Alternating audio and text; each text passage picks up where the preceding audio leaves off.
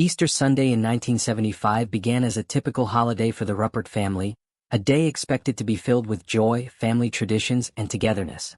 However, it quickly morphed into an unimaginable nightmare, one that would forever be known as the deadliest family massacre in American history. Stay tuned as we delve into the chilling story of how a seemingly harmless man, James Urban Rupert, turned into a cold-blooded killer and managed to murder 11 members of his own family. James Rupert was born on March 29, 1934, to his mother, Charity, and father, Leonard Rupert. He grew up in Hamilton, Ohio, alongside his older brother Leonard Jr. Although many families experienced their share of struggles, the Rupert family was far from ordinary. Leonard Sr. was notorious for his violent temper, and his mood swings often created an unstable and traumatic environment for his children. To make matters worse, Charity, Rupert's mother, was openly biased toward Leonard Jr., often showering him with affection while emotionally neglecting James.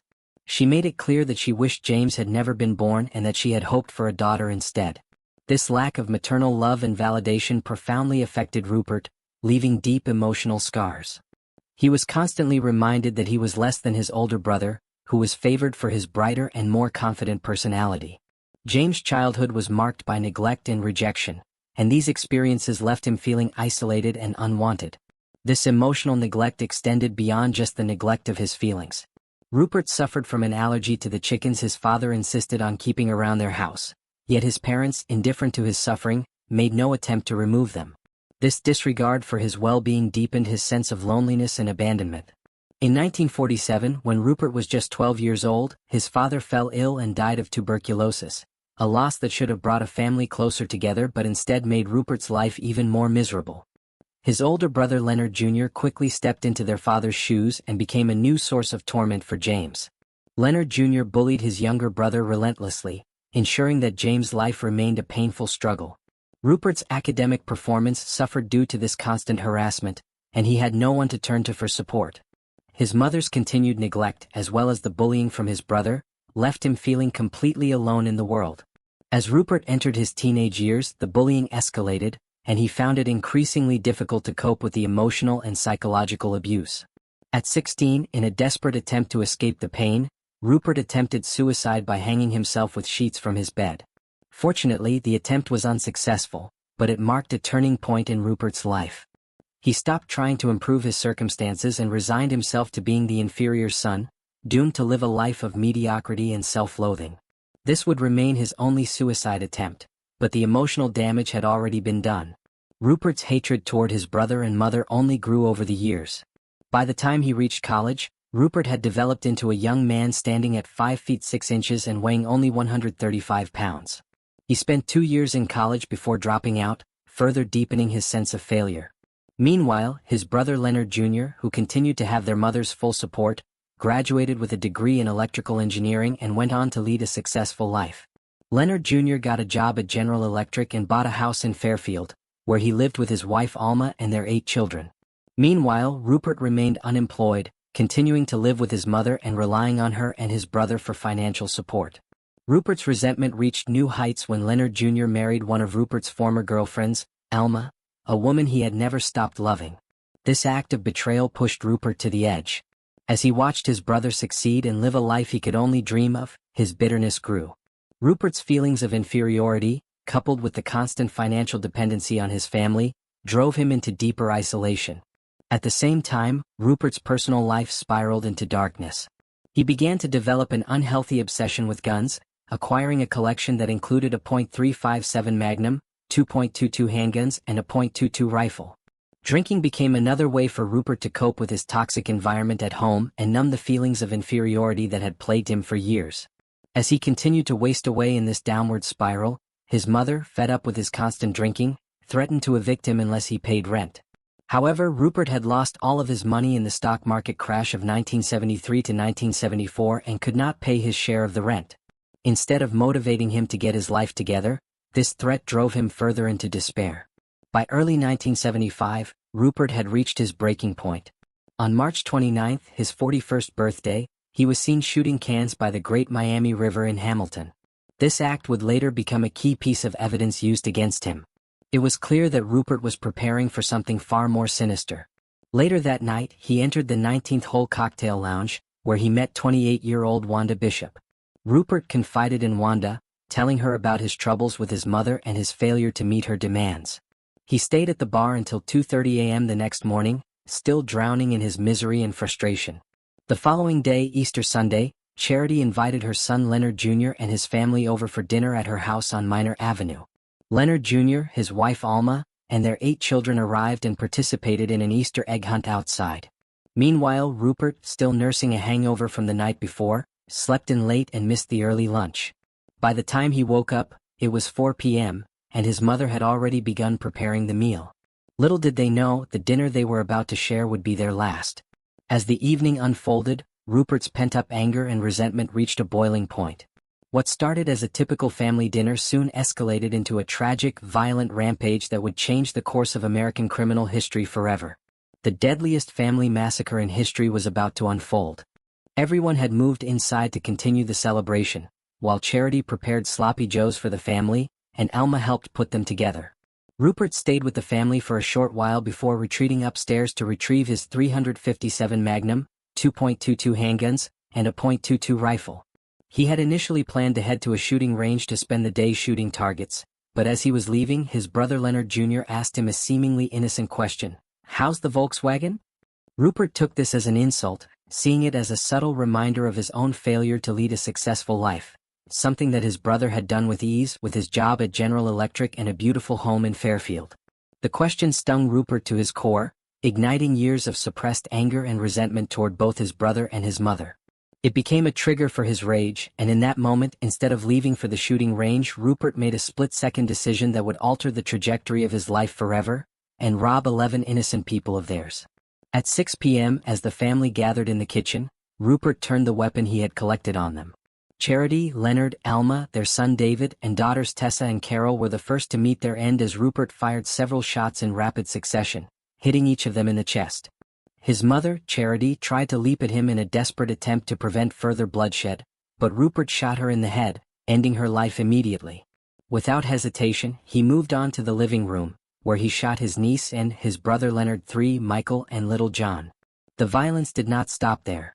After his initial rounds of gunfire, Rupert went back around and shot each of them several more times to ensure they were dead. If any of them were still moaning or groaning in pain, he aimed at their heads and delivered fatal shots. The entire massacre lasted less than 5 minutes. Rupert, in his cold-blooded efficiency, only paused once to reload, firing a total of 44 shots, 40 of which hit their intended targets. After ensuring that no one was left alive, Rupert sat in the silence of the blood-soaked house, surrounded by the bodies of his family. He sat there for hours, contemplating suicide but deciding against it. The religious guilt of taking his own life as a mortal sin kept him from following through. Instead, Rupert waited for several hours, 3 to be exact, before making the chilling call to 911. His voice was cold and matter-of-fact as he told the dispatcher that there had been a shooting. As his family members lay lifeless around him, Rupert sat on the couch, waiting for law enforcement to arrive. When officers arrived at the scene, they were greeted by an image they would never forget.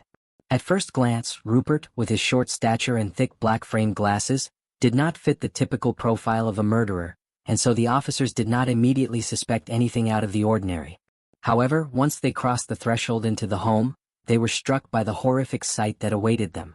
One of the responding officers later reported that he had never encountered a crime scene like this before. The sheer amount of blood was overwhelming. It had seeped through the wooden floorboards and was dripping into the basement. The house was eerily quiet, with no sign of a struggle except for an overturned trash can, suggesting that the victims had no time to react. They had been taken completely by surprise, with no warning of the horror about to unfold. As the Hamilton Police Department processed the crime scene, they immediately cordoned off the area with police tape. The small community, once familiar with the Rupert family as a kind and helpful family, was left in disbelief. The news of such a tragedy struck like a thunderclap, and the shock turned into sheer horror as it was revealed that the mild-mannered and seemingly harmless man they had known for years, James Rupert, was the one responsible for the brutal killings. The first body to be removed from the house was that of young John, whose sneaker peeked out from beneath the sheet that covered his lifeless body. As each stretcher was brought out, the reality of the massacre set in, 11 bodies in total, all members of the Rupert family. The crime scene was confined to just 2 rooms of a modest 2-story house, where Rupert had lived with his mother. The victims included his mother, his brother's wife, and their 8 children, ranging in age from 17 years old down to 4 years old. When Rupert was arrested, he was charged with 11 counts of aggravated homicide. Despite his demure and helpful persona, Rupert remained uncooperative with the officers, refusing to answer any questions during the initial questioning. His lack of remorse and cooperation left investigators struggling to find a clear motive. Rupert made it apparent that he intended to plead insanity, a strategy that would later shape the course of his trial. Prosecutors, on the other hand, believed Rupert had been driven by the prospect of inheritance.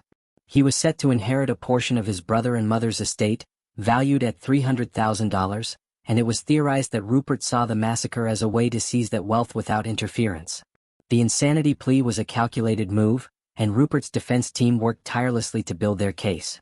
Hugh D. Halbrock, his defense attorney, went so far as to personally fund the hiring of psychiatrists and psychologists to testify on Rupert's behalf, arguing that Rupert was suffering from paranoia and delusions of persecution, symptoms brought on by the beatings and emotional trauma inflicted by his brother during their childhood.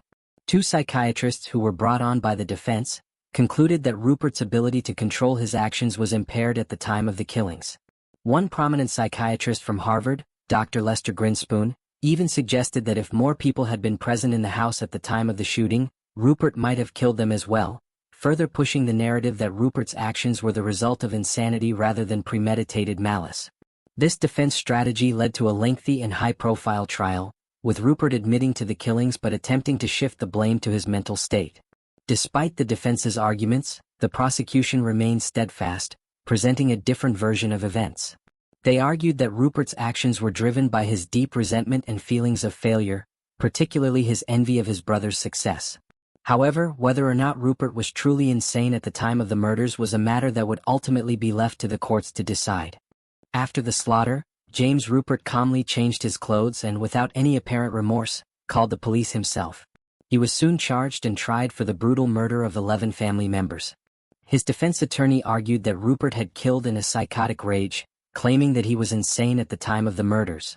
Along these lines, the defense team brought forth psychiatric testimony to support their claim, with one doctor stating, "Isn't it true that you have no way of telling the court what Mr. Rupert's ability to rationally discuss the case with his attorneys would be if he were not under the effect of either a major tranquilizer such as Thorazine or Trilofan?"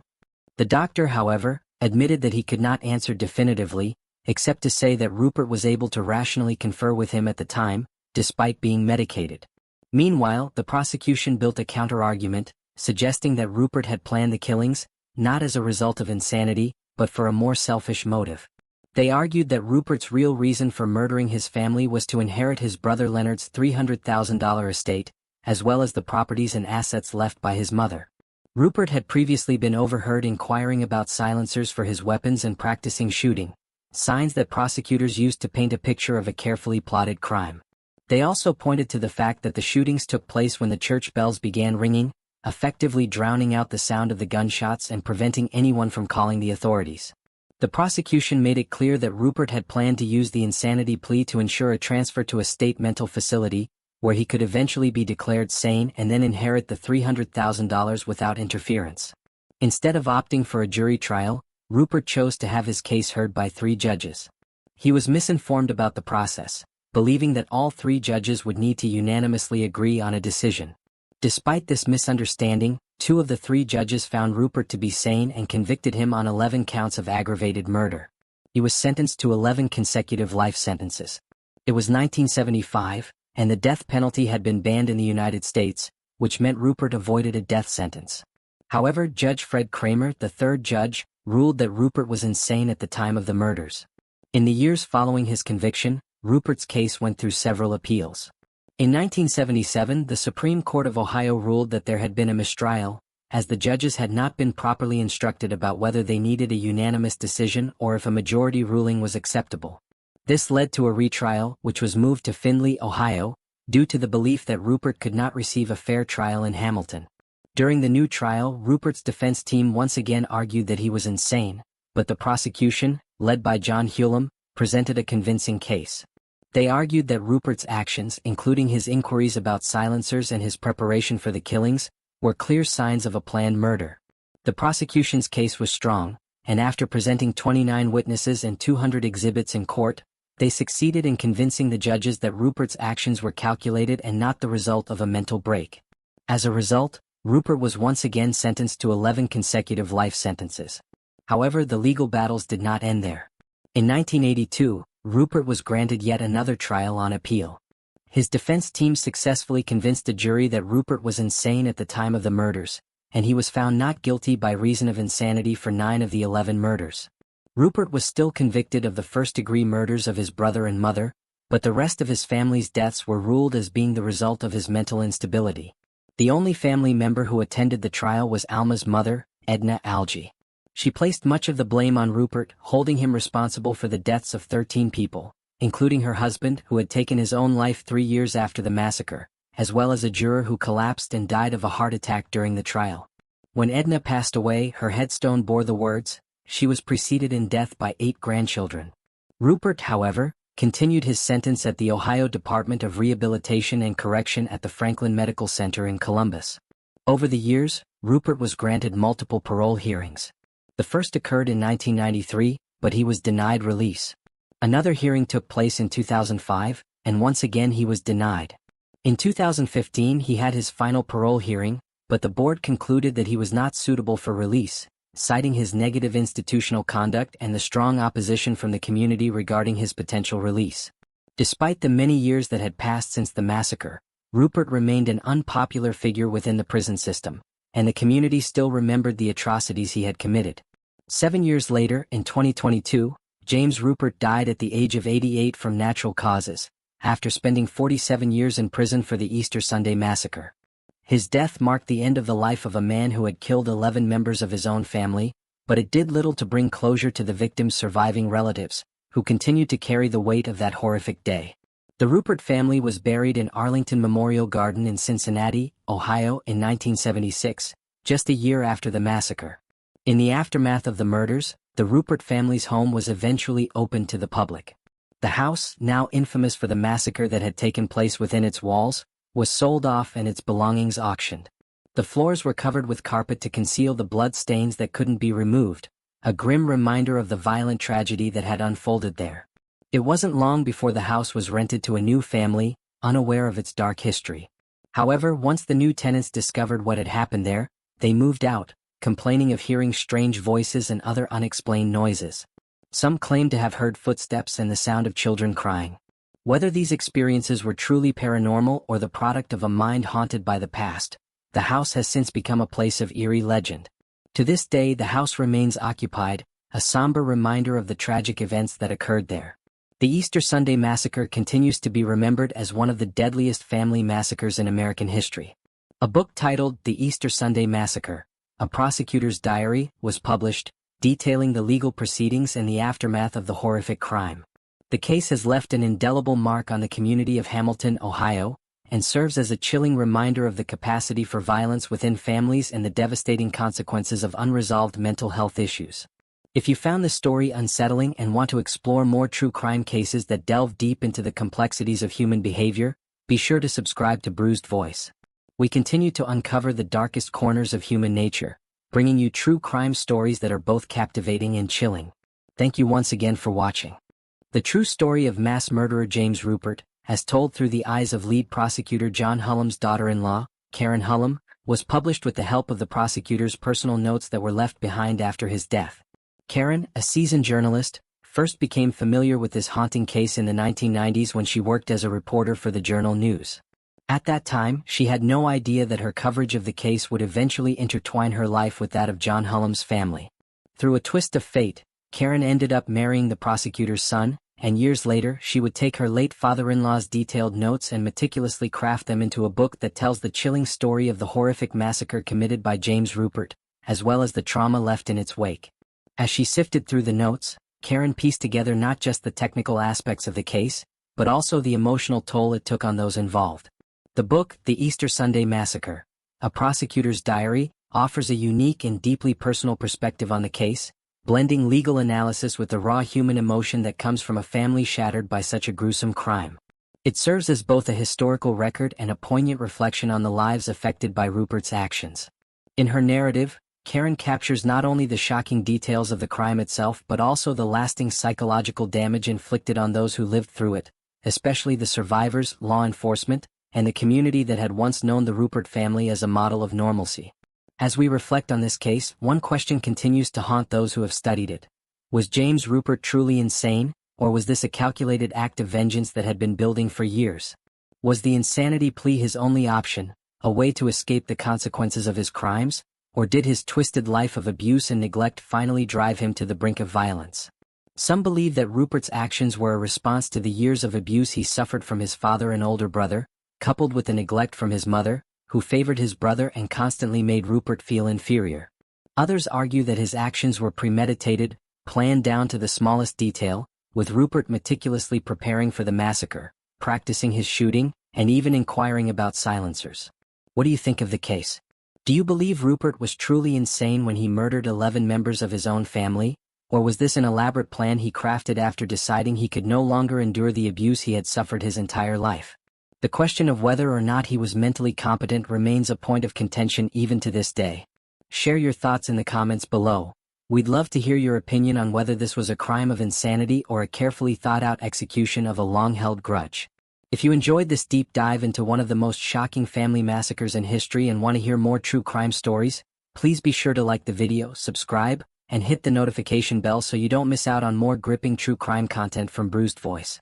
We'll see you in the next one.